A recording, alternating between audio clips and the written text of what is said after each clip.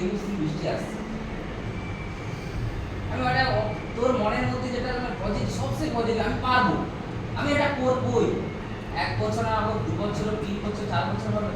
আজকে প্রত্যেকটা মানুষ দেখ না, তুই অ্যামাজনের ফাউন্ডার বা অ্যামাজনের, তার কথা 9 বছর থেকে 10 বছর সে কিন্তু নিজেকে মানে কন্ট্রোল করে রেখেছে। তার ব্যবসায় কোনো বিজনেস হয়নি, সবসময় লোন চলছে, দেনায় পুরো একদম বিধ্বস্ত হয়ে গেছিল, তাও 13 বছর পরে আজকে দেখ সেকেন্ড পজিশনে আছে। তবে ইচ্ছা শক্তি থাকলে অবশ্যই সাকসেস হবে। আমি চাই তোরা জীবনে সাকসেস হোক।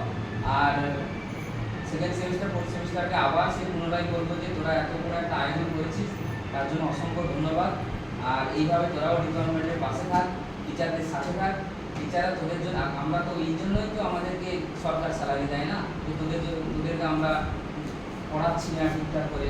তোরা যত আমাদের সাথে এনগেজ থাকবে, আমরাও আমাদের যদি কিছু ভুল থাকে আমরাও রিকভারি করতে পারবো। তোরা যদি না আসিস, আমরা কাদেরকে দিয়ে ক্লাস করবো?